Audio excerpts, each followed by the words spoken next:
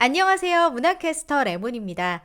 오늘 함께 볼 작품은 별이님께서 신청해주신 이청준 작가의 흰 철쭉입니다. 1985년에 발표된 작품이고요. 1인칭 관찰자 시점으로 서술자인 내가 주인공을 관찰하는 형식으로 진행이 됩니다. 나는 새로운 집에 이사 온 입주민이에요. 가을에 청담동으로 이사를 왔거든요. 새로 지은 슬라브 집이에요. 요 슬라브 집이라는 게 뭐냐면요. 아파트에 익숙하신 분들은 아예 이런 집 구조를 들어보신 적이 없으실 것 같은데요. 제가 잘 그리는 집 모양 있죠? 요런 지붕이 있는 집. 요거 말고요. 바닥과 천장이 수평인 집 구조를 말합니다. 자, 이 집에서 내가 특이하게 생각한 점은 뭐냐면요. 바로 담장 가까이에 피어 있는 흰 철쭉이에요. 정말 예쁜 철쭉이 담장 안으로 쭉 피어 있었거든요. 어찌나 관리를 잘 해왔던지 나무의 나이도 꽤 되어 보이고요. 키도 정말 큽니다. 2m쯤 돼서요. 웬만한 사람보단 크고요. 블록 담장을 훌쩍 넘어가요. 자, 아직 관찰자는 드러나 있는데 우리의 주인공이 나오지 않았네요. 내가 주인공을 인식한 건 이사 온 지 3년쯤 된 5월의 어느 날이었어요. 꽤 오랜 시간이 지났죠. 아내가 밖에서 들어오더니 여보, 지금 혹시 집으로 들어오다가 길 건너편에 앉아있는 나물장수 아주머니 못 보셨어요? 하는 거예요. 그래서 내가 아니 못 봤는데 하고 대답하니까요. 아내가 요전부터 나무를 조그만한 광주리에 담아와서는 이 주택가에서 파는 아주머니가 한 분 계시는데 그분이 나물 파는 데에는 그다지 관심이 없고 우리 집 앞에 자리를 잡고 앉아서는 흰 철쭉만 가만히 보다가 간다는 거예요.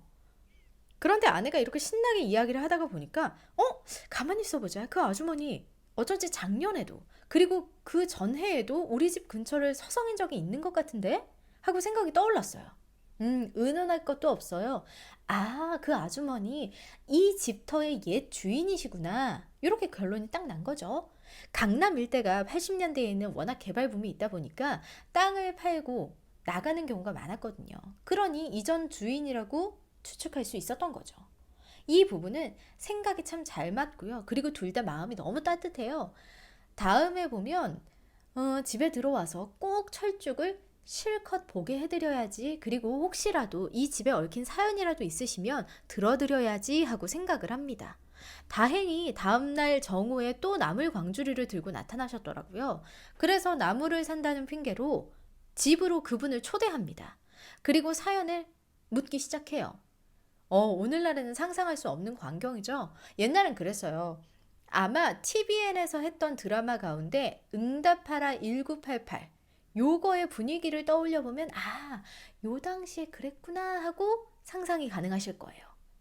자, 주인공인 이 아주머니는요. 50대였는데 겉으로는 조금 더 늙어 보이시는 모습이셨어요. 왜냐면 좀 더 야위셨거든요. 아주머니는 원래 일제강점기 말기에 황해도 안악마을의 한 농촌마을에서 태어나셨는데요. 거기에서 이제 20살 때 결혼을 해서 이쪽으로, 그러니까 남한 쪽으로 오신 거죠. 그런데 그녀의 친정집에는 예전에 흰 철쭉이 있었는데 그걸 그녀의 어머니가 시집간 딸을 보러 이쪽 남쪽에 잠깐 왔을 때 옮겨 심어주시고 가신 거라는 거예요. 그러니까 그때는 아직 전쟁하기 이전이죠.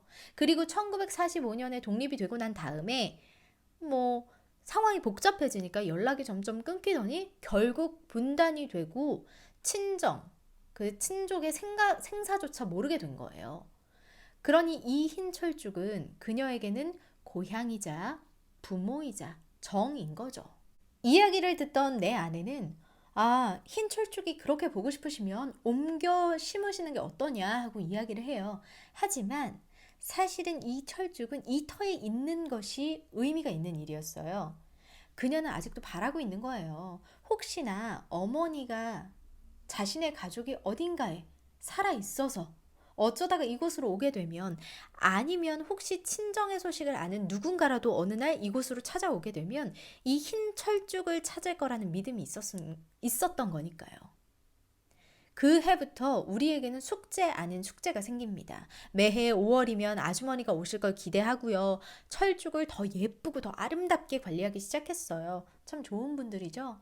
그렇게 9년이 지났습니다. 9년 동안 이렇게 한 해에 한 번씩 아주머니를 맞이한 거예요. 1983년이었어요. 그 해에는 중순이 지나도록 오지를 않으시는 거예요. 그리고 꽃이 다 질 때쯤이 되어서야 오셨어요. 한참을 아프셨대요. 몸도 많이 약해지셨더라고요. 그리고 그해 여름, 우리를 들뜨게 만드는 소식이 들려옵니다. KBS의 이산가족 찾기 프로그램이 시작된 거예요. 실제로 1983년에 6월 30일 요때 방영을 시작했고요. 138일 453시간 45분이라는 시간 동안 방송이 됐었어요. 최장 생방송 기록인데요. 유네스코 세계 기록문화유산에도 등재돼 있습니다. 어쨌든 우리는 방송에 누군가 나올 때마다 혹시 그분이지 않을까? 하는 마음에 계속 기다려요. 그러나 끝내 방송에서는 그분의 모습을 볼 수가 없었습니다. 그리고 이듬해 봄이 되고 우린 여느 때처럼 아주머니를 기다렸지만 아주머니는 그 이후로도 쭉 오지 않으셨어요. 흰 철쭉들만이 더 눈부시게 피고 있었죠. 아마도 우리가 예상해 본 바로는 아주머니에게 불행한 일이 생긴 거죠. 그런데 그때까지 아주머니에 대한 이야기를 서로 꺼내지 않았던 아내와 내가 이런 이야기를 나누기 시작합니다. 아내가 이렇게 얘기해요. 저 꽃들은 아직 모르고 있을까요? 올해도 저렇게 누구를 기다리며 곱게 필까요? 나도 역시 그렇게 속상한 마음을 갖고 있었어요. 하지만 그래도 나는 마음의 위로를 찾았어요. 언제부턴가 꽃나무 가지 위에 이름 모를 새 한 마리가 날아와 조용히 앉아 있었거든요. 할머니의 넋이 새가 돼서 돌아온 건가 이렇게 생각하면서 소설은 끝이 납니다. 요새는 알 수 없다라는 일은 글쎄요, 많을까요? 잘 없죠? 뭐든지 검색해내고 찾을 수 있고 모르면 물어보면 되죠. 그런데 내가 사랑하는 사람들이 죽었는지 살았는지 아픈지 행복한지 모르게 되면요. 이렇게 그들이 남겨놓고 간 흔적이 흰 철쭉이 싱싱하게 피어있다는 사실만으로도 위로가 되었던 것 같아요. 이청준 작가의 흰 철쭉 여기까지였어요. 재미있게 들으신 분들은 좋아요와 구독 눌러주시고요. 지금까지 문화캐스터 레몬이었습니다.